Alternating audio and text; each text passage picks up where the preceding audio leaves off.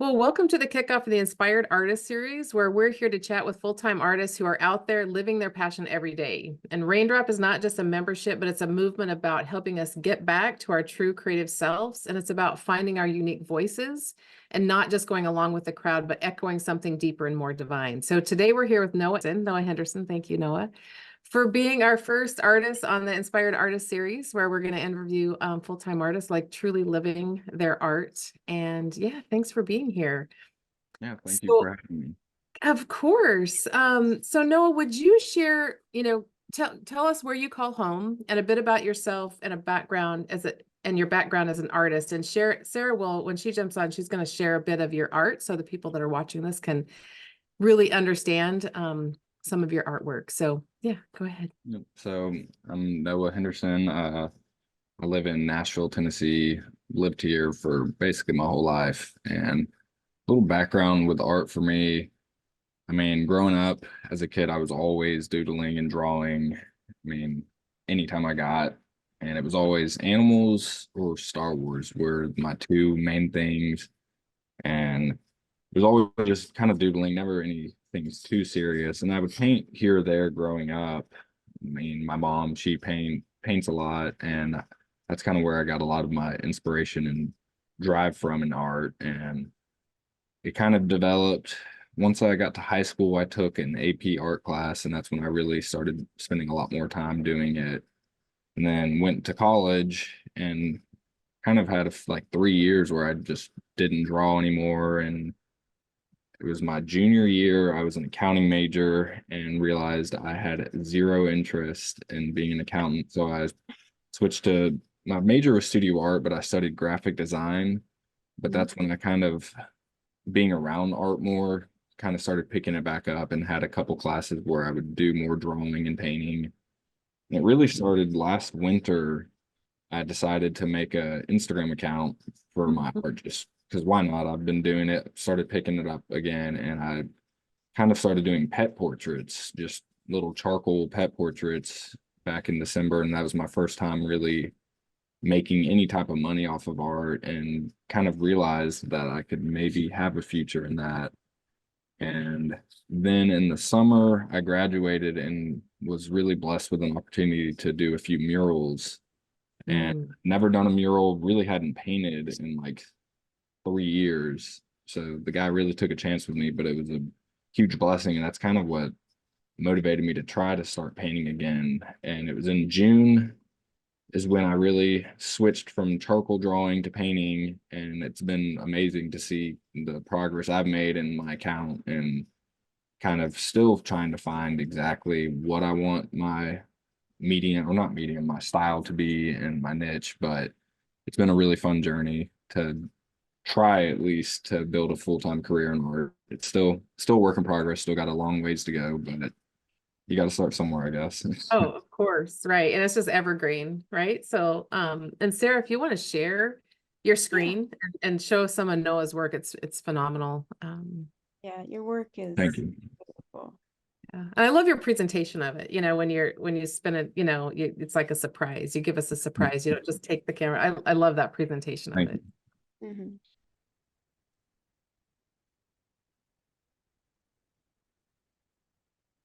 Okay. So I pulled up your website and you have a few of them featured here and they're just beautiful. And your I love details that. and right, the giraffe Yeah. and all your different animals that you portray in your paintings are really incredible. How does that feel when you're looking at at your art when it's like hanging or somebody purchases it and it's like up? How does that, like, even right now, what are you feeling inside? I mean, it's in a career that I chose that can be very stressful and uncertain. It's a very gratifying feeling to see, especially when someone else sends me a picture of it hanging in their homes. I mean, that's such an awesome feeling, and it's been really cool seeing my art kind of for the most part. Right now it's in the US, but I actually have a shipment I'm getting ready, my first painting that I'll be sending overseas. So I mean, it's really exciting to see it.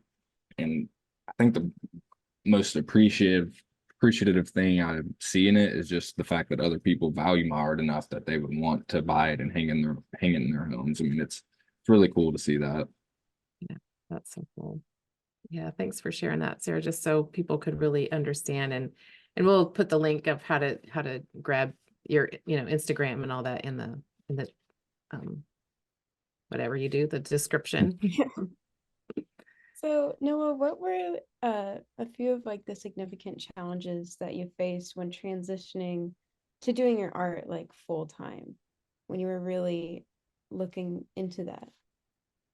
I would say by far the biggest challenge would be just the uncertainty of when I'm getting another paycheck, and it's just very inconsistent. And the biggest challenge I have faced is trying to become more consistent and reach bigger markets as far as making more consistent sales, which still is a challenge, but it's been picking up. I mean, the more social media grows, that's been my biggest form of finding my customers. But that, and then also lately I've been doing a lot of paintings with cars and kind of trying new things out, and it's been a lot of fun, but it's also a very big challenge because, man, all my stuff are animals, and it's a lot of detail, but it's very loose, and you don't have to be as straight or direct with it because it's a wild animal. But with the cars and other things, I'm trying to be a lot more precise. And you would think that someone who paints as much as I do, my biggest challenge is straight lines, and the cars have been a very big challenge in that aspect of just the proportions and making it look very precise, I guess. Yeah, I did see the piece where you had the Mustang, with the Stang. I don't know if it was a Shelby or whatever. I forget the type of Mustang it was, but I thought that was neat that you had them side by side. No, Like Yeah. some Ford dealer's gonna grab this, right? It needs to be in a showcase. hope so. Yeah, for sure. So Noah, could you run through like a typical day of what it looks like? I guess 2 days, like a day that you have your artist hat on because you're a full-time artist, and I don't know that you have like an assistant or anything like that, right? Most artists are just doing it all, right? They're a solo entrepreneur that are marketing themselves, are also, doing their QuickBooks or whatever, managing all that. So a day of what it looks like as a full-time artist, like your perfect day. And then the day that, you just wake up and you're like, this is just part of the deal. I just got to do that. So those 2 days, and then how do you balance that energy between those hats? So there's Yeah. probably 3 questions in there, but you can Yeah, take. so I mean, I'm blessed enough to do, I mean, I love painting and get to do what I love, but it is definitely still work. And there's certainly days where I do wake up and just do not feel like painting, especially if it's something a piece that I'm struggling with or that's taking me longer. But I'd say my average day, typical day for me is I wake up around 6, 7, go work out, and then I come back, check my emails, check my website, see if there's any orders or any messages. And then if I have a video that I'm going to be posting, a lot of times I'll just edit my videos in the morning. So I put my videos together, post that, and then I typically will paint from about 9 to 12, take a little lunch break, and then paint from like 1 to 5 or 6. And then at the end of the day, check my website again, check social media, try to maintain the messages, respond to my comments. The social media side is definitely very time consuming. And I think a lot of people don't realize that most artists like myself, I mean, yeah, like you said, it's a one-man show and it can be a lot to manage, but I think the thing that I have to remind myself of constantly is that I do get to do what I love. So I try to not view it as a job and something I actually enjoy doing, which is definitely easier on some days than others. For sure. Well, I'm sure coming up to April 15th, you're going to be really glad you're not an accountant, right? Yeah. Like, every day is a better day than that, for Yeah, sure. no, definitely. And so how do you, well, you kind of mentioned that, but to you know, when you're doing your social media and, you know, that's pretty analytical. You're looking at your account, you're looking at what do people want? You know, you have to like, okay, what's trending, what's not, why did this get views? Why this didn't get views? Like, what did I do different here? Why did I care about that? You know, and so that's a different part of your brain than when you're scrolled away, just allowing that flow to happen. Even when you're in kind of a roadblock, you just have to allow it to be. Oh, I have no idea what just happened. Yeah, you I don't know what I do. Like my got this hands, you next saw my one. hands are right here. I Yeah. didn't think it's some of the words I say that will literally spark fireworks or random things. So I apologize for that. It just distracting. So Noah, how do you so I think it is sometimes because I'm raised Sarah, I'm a single mom, right? So sometimes I always had to be like both, like, you know, I had to be the dad, had to be the mom, I had to do this, had to do that, I had to be nurtured, and also had to just get shit done. So it's like that between that masculine, feminine, that creative, analytical, like how do you, I mean, this is a genuine question because I'm always seeking ways to gracefully go between those two aspects. And so for an artist, how do you manage that energy between those two things? Yeah, it is. I mean, it's two completely different moods, I guess, is going from art to business. But no, it's definitely can be difficult to challenge, and especially as far as content. I'm trying to still find a balance of I want to create art that I enjoy doing and stuff that I want, but at the same time, I have to create stuff that I feel my audience will enjoy seeing.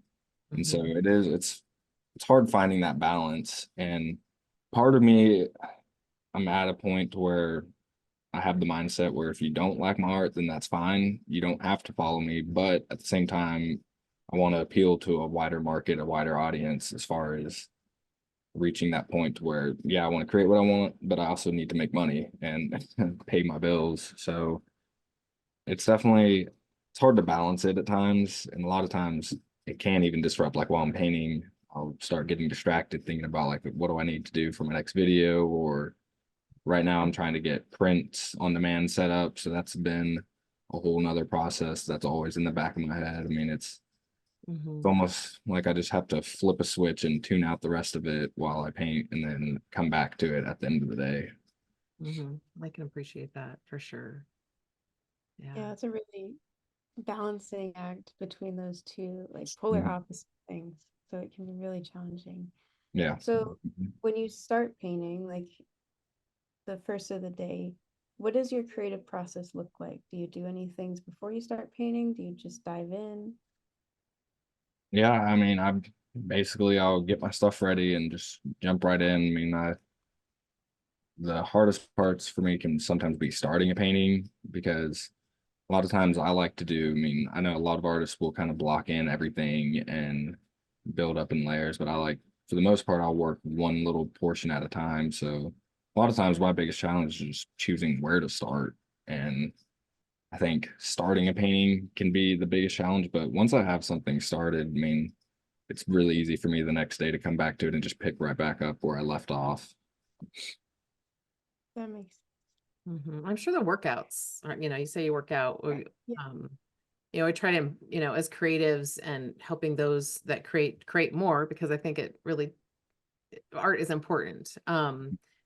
And but to embody that, right? Because the body itself, and I think some people that are not creatives, they don't recognize the impact creativity has on your body, Mhm. like literally physically has on your body. And so the fact that you work out is important, right? I don't want, you know, to minimize that piece of your day as part of your creative process. Yeah. Well, it may sounds kind of cheesy, but like the way I like to view it too is kind of our bodies are our own canvas and you can choose to create with it what you want. So that's kind Mhm. of I played college football, so it was embedded in me to work out every day. Yeah. So it was Yeah. definitely a big switch moving out of that.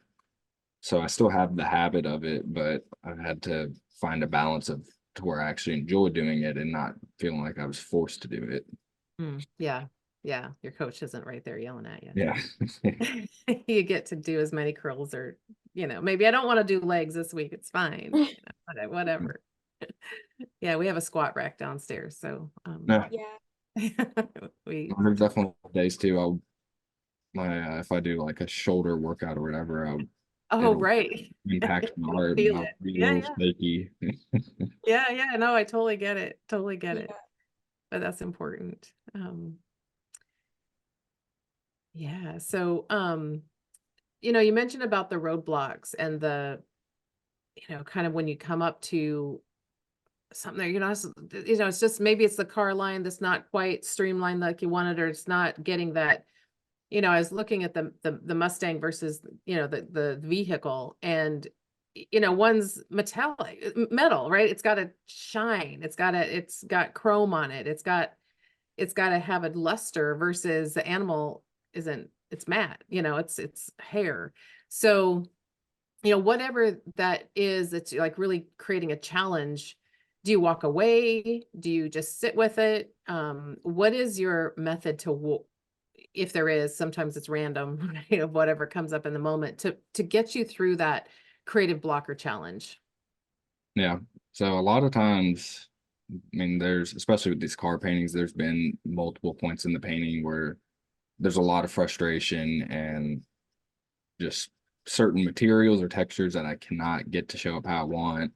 Mhm. And I'll try to just push through it and keep going, but there's definitely many points where I'll have to take a break and maybe go work on another portion of the painting and come back to it. And a lot of times I'll do the same little part of a car 7 times and I'll do it once, go back, work on something else, and just keep coming back to it. Because if I spend too much time on it, I'll get burnt out and really get frustrated with it. But I'd say, yeah, the biggest thing is I'll just have to take a break and kind of take a step back and look at it and try something new. But that can definitely be a major challenge for me at points. And I know a lot of other artists, they'll kind of rotate between paintings or work on one painting, go to another one, which I tried that before. And one of the 2 paintings I was working on ended up sitting on the side of my shelf for like a month and I never even worked on it. So I can't do that. I have to do one from start to finish. Gotcha. I was just gonna ask you.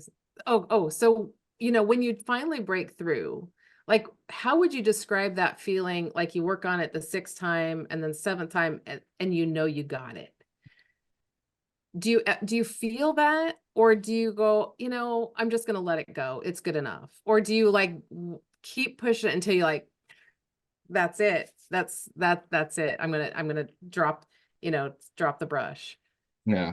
So I definitely try to never be at that point to where I'm just okay with it, especially if I'm doing like a commission painting or something like that. I mean, I want the value to be in my art and I don't want it to just be okay and be complacent with it. And it can definitely be hard, but a lot of times getting through those little roadblocks and the bumps can really help me in the future, and Mhm. especially when I'm trying to tackle a certain texture like that moving forward. But it's a really good feeling, and I'd say the best way to describe it would be relief when I Mm, finally take a step back and like, yeah, that's exactly what I wanted. It's yeah. a very rewarding feeling Yeah. and very relieved to be done with that part. Right. It's like the thorns out. You're like, okay, okay, that's awesome. Okay, thank you. Yeah. Yeah. So how would you describe any like big key milestones that you've had in your artist career? So I would say doing the murals was definitely my biggest like initial milestone because that was my first time really making money off of Mm. art like that. And Mhm. then back in the summer, I got very lucky because my first painting I've ever listed for sale on my Instagram sold within like 5 minutes. Wow. And Or it kind of set up a false expectation because then I started posting other ones like, wait, why didn't these you're sell? like, this is just gonna be an ATM, right? Everybody just Yeah. poke it, and 5 minutes later it pops right out. Yes. That's but I mean, it was still, that was really cool because that was my first painting to ever sell. Mhm. And I would say that, and then really just, I don't know, the social media aspect, I've been very, I mean, I think a lot of it with social media is luck as far as the algorithm. I mean, everyone always asks me for tips and tricks on like how do you make a video go viral? How do you grow your account? And as far as, I mean, any video I've had multiple videos that I'm about to post and be like, yo, this one's definitely going to do so well, and it does nothing. And then I'll post another one that I just am posting to post, and that'll be the one that blows up somehow. And but regardless, the social media, I mean, the growth, that's been such a satisfying and rewarding feeling. And one of the bigger milestones too, because and that's how all of my customers find me is nowadays through Instagram for the most part. Mhm. So do you get them off of Instagram? So I know they always say, that Instagram's a great place to find them and, them find you. And then, the algorithm can change and you can lose people. So Mhm. do you have a method to get them onto your website to grab their email? This is just my business hat that I'm just threw on real quick, but how do you pull them and get their information so that you can always serve them on or off social media? So a lot of my like people as far as commissions, that all comes, people just DM me and Mhm. we'll start talking through there. And as far as getting people onto my website, I will post multiple things when I finish paintings. I'll list it for sale and put something on my story with the link. And Mhm. but still got a ways to go on that. I mean, I'm still trying to learn how to market myself better, and the whole business side is still very new to me, and I've still got a long, very long ways to go on that. Yeah, well, you're making it, so I commend you. No, thank you. Yeah, for sure. Yeah, that's awesome. So, kind of on that note, what would what advice would you give those artists who also want to do it full time and who want to take that leap into that whole artist full time lifestyle? I would say the biggest step and most important step is just the first step of committing to it, and that can be a very scary feeling because of how unknown the future will be with it. I mean, because there's no guarantee with anything. And even where I'm at right now, I could easily go the next month without selling a single painting. And Mhm. say, kind of getting over that fear of the unknown, which is much easier said than done because I still am not past that either. And I don't know. I think I actually a couple like a month ago I was talking to someone who was thinking about starting an Instagram account, and they were just kind of scared to start it. And I think the most important thing is knowing what you're passionate about and what you want to post and being able to ignore what other people dislike about it. Because I mean, I'm sure y'all have seen how, especially Instagram, there's a lot of negativity there, and Mhm. you have to just be able to tune that out and have a passion in what you're enjoying doing and ignore what other people think. But Mhm. yeah, I'd say the biggest thing is just putting yourself out there and being open to that. Sure. Because the Mhm. unknown can be horribly scary to step into if it's something totally new, especially even while you're doing it. And it's almost like a discipline sometimes that you're reminding yourself to step into it more and not be in that fear of like what's going to happen next, right? So I totally understand that. Yeah. And big thing too, especially like as I get more followers, there's a pressure of fulfilling the desires and what the expectations of my followers. And part of me wants to just completely ignore that, and I'll post what I want to post and paint what I want to paint. But at the same time, I still am running a business, so I have to satisfy my followers and audience. But it's kind of about, I think I'm trying to find a balance between the two. Yeah, that's important, right? I mean, that Mhm. because you want to be I mean, I just feel it. I feel it. I don't even need to articulate it because I feel that. I get it. I really get it.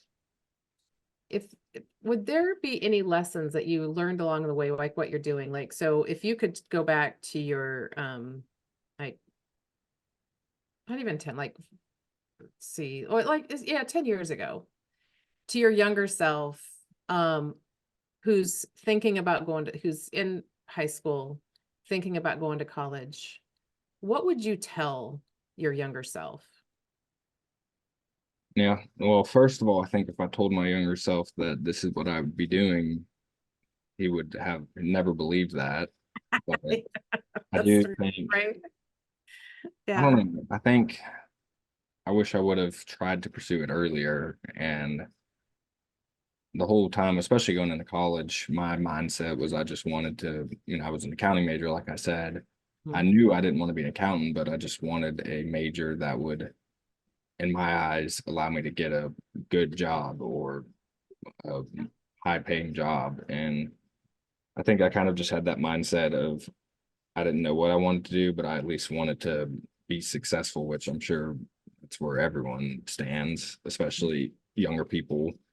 But no, I think what I would tell myself would to just be less afraid to kind of take that initial step and to put myself out there. I mean, because I always liked drawing, but I never wanted to just be shoving it in people's face and really didn't. It was something I did kind of on my own, and it's kind of a more private hobby of mine. Mhm. And it's just not something I ever thought would have the potential to be an actual career. And I think that's something a lot of the younger artists should realize or be told is that it is actually an option and you actually can build a very successful career in art. Mhm, But I mean, mhm. obviously there's no guarantee, but you never know until you at least try. Yeah, no, I really appreciate that, Noah.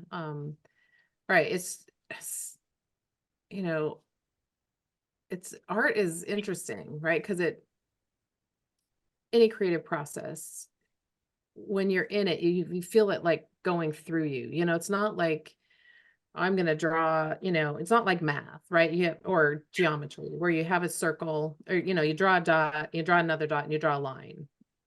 That's all you, right? The mechanics of your hand drawing a line, you don't have to think about it. You don't have to be artistic. But when you take that line, still using your pencil, and you allow that creative process, like, I mean, I think most artists would agree, it's not you controlling the pencil. Like Mhm. it's just more of an allowing that creative process. And I think only artists and creatives can really feel that at a cellular level. Yeah. They know that feeling. One artist we have with us that is in Raindrop, and he's in Nigeria, and he calls like creativity like a pin. Like it just you sit on it, you have to move. You have to take action and do that. And the moment that you decide, so like you say, I think it's common for most artists, I know it was for Sarah as well, to just have it be a self-expression. And then there's that transition period where you're willing to even show your family, right? You kind of, Mhm. you're like willing to do that. And then it's a whole nother level when you're willing to like hang it in the public library of your hometown. And it's a whole nother like you're taking off all this like vulnerability, right? And you're like, oh gosh, now I'm posting it to the world on Instagram. Mhm. And it's that evolution of vulnerability and courage to be heard through your art. And it takes a brave soul to do that. It's one thing somebody trusting their, checkbook with you as an accountant, because that's very, you have you have some, software that here's the credits, the debits, this is the formula. There's no formula, even with your Instagram account, right? Or what's going to make it, what's not. There's no formula to artistic flow. Yes, there's techniques and there's things that you can teach, there's things that you can learn and skill set, but the creative process isn't a formula. Hmm.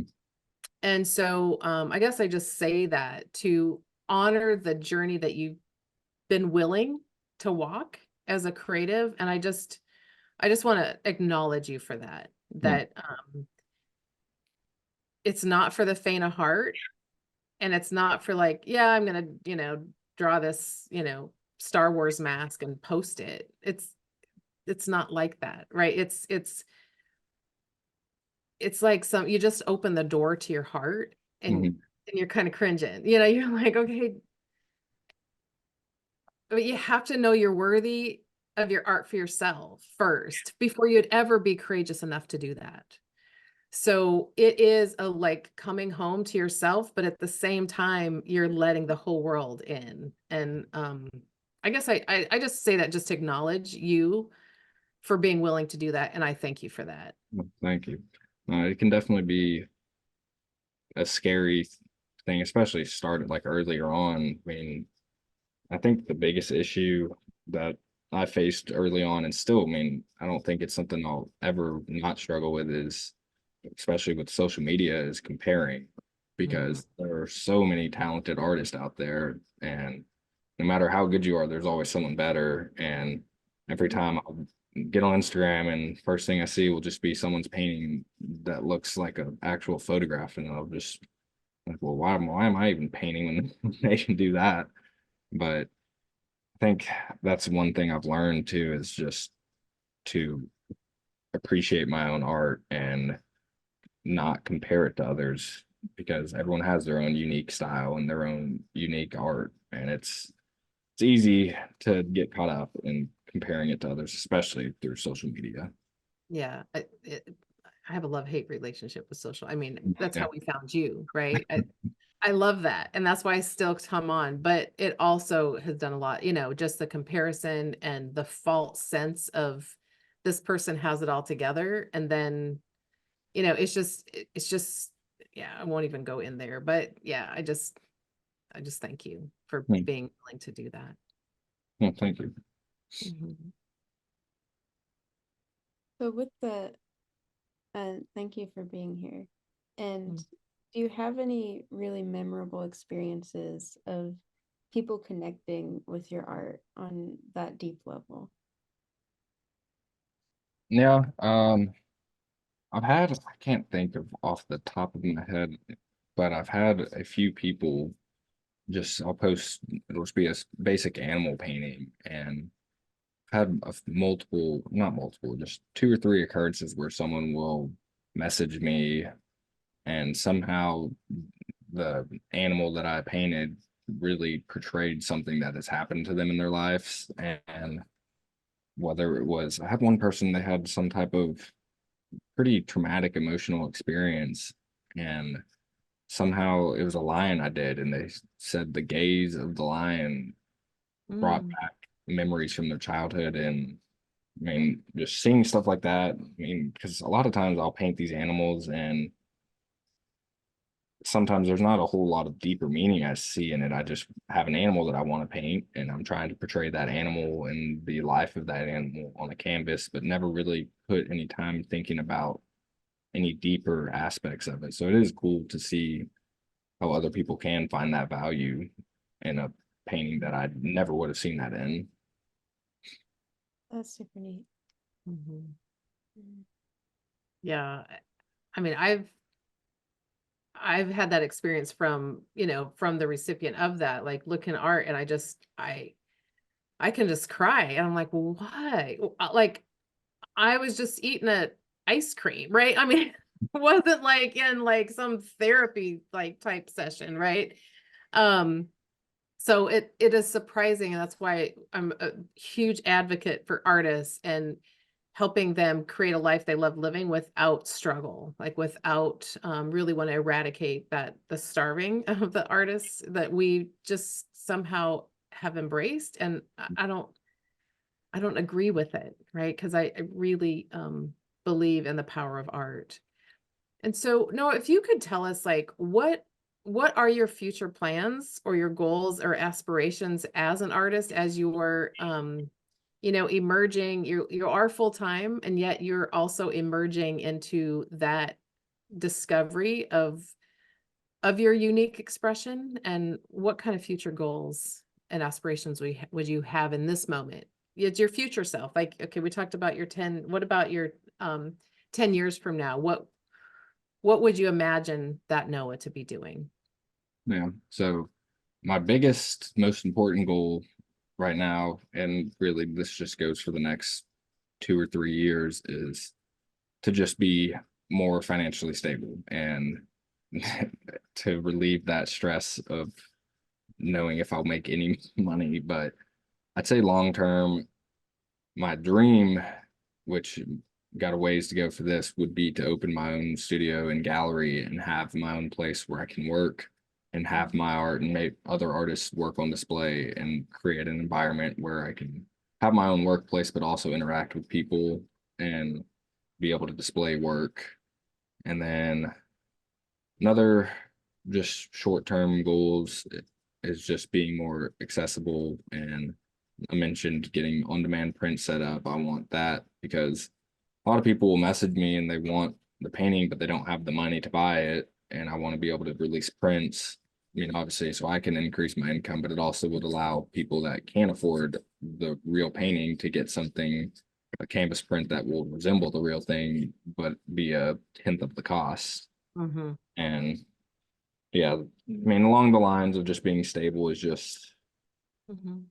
producing a more feeling of security and not having to stress out about making money. And that's what I tell my parents. I don't care if I'm not making a ton of money.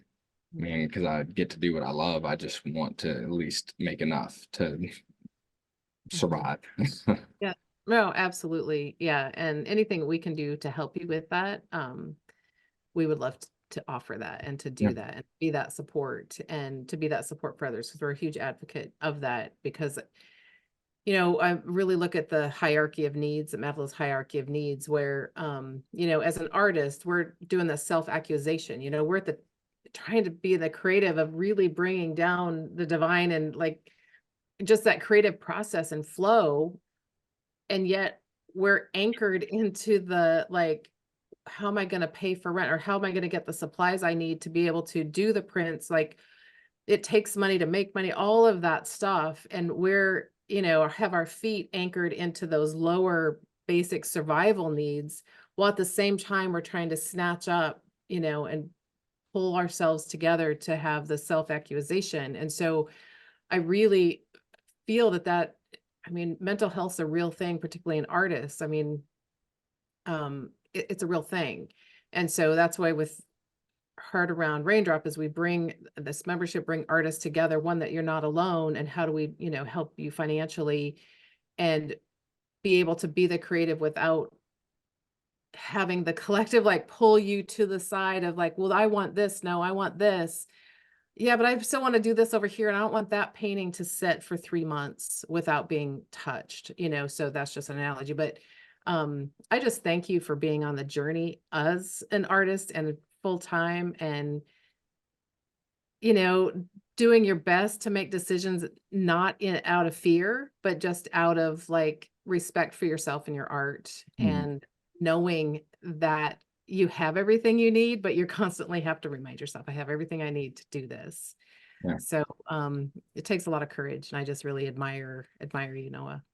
Well, that had me thinking too. One thing that I'm so appreciative of, and I hope other artists are able to realize it, is not everyone, but for the most part, almost every artist that I've interacted with, they're so willing to help other artists. And whether it's just asking for advice or tips, I mean, it's such a strong community. And I very quickly have realized that, I mean, yeah, there's competition and other people that paint the same type of stuff, but for the most part, everyone is always uplifting each other and trying to promote each other's work. And I'm very thankful to be in a community like that. I mean, it is really special. And I think that's something I wish I would have learned earlier, was that it's good and okay to reach out to other artists for advice and for help. Mhm. Yeah, that is, well, even just you saying yes to having us interview, we're thankful for that. I appreciate your time and, being here to inspire other artists. This is just, we intend to eventually get weekly. Right now, we're, looking for artists to join us monthly to build that inspiration up for other artists and the aspiring artists who haven't taken that leap, Yeah. to really, trust themselves and what they can do. So Well, yeah, I really I'm think appreciative of what you guys are doing because I mean, I think that's something that a lot of young artists need to hear and could definitely be something that'll help push them to make that decision.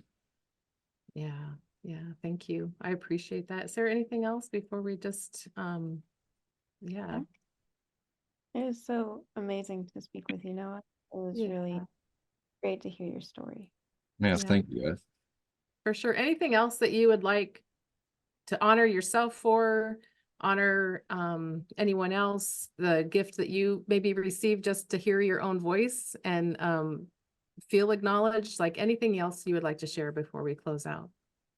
I'd say the biggest thing that I'm thankful for and biggest blessing have been my parents. And Mhm. I mean, as far as the support, and I know a lot of parents, I mean, I called them, I was an accounting major.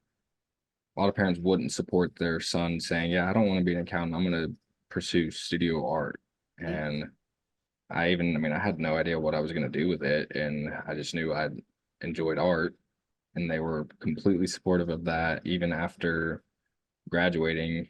And I live at home right now. I'm moving out in May, but having the opportunity to live with them was the only reason I was able to pursue art. Because if I would have just been out on my own those first few months, I wouldn't have been able to pay my bills. And just having that support system, them and my friends, I mean, it's been such a blessing to see those close to me, how much they appreciate my work and how supportive they are of it. Yeah, it's Yeah. definitely when you don't want to go alone, right? And Sarah still lives with me. I love it, it's as Yeah. partnering. I think all stages of life as a parent have been great, but having an adult child that, a young adult that like chooses to hang out with you and chooses to be their own person. I mean, I've definitely raised her to have her own voice and to have be her own creative self and just embrace who she is regardless. And so, yay to your parents. Yeah.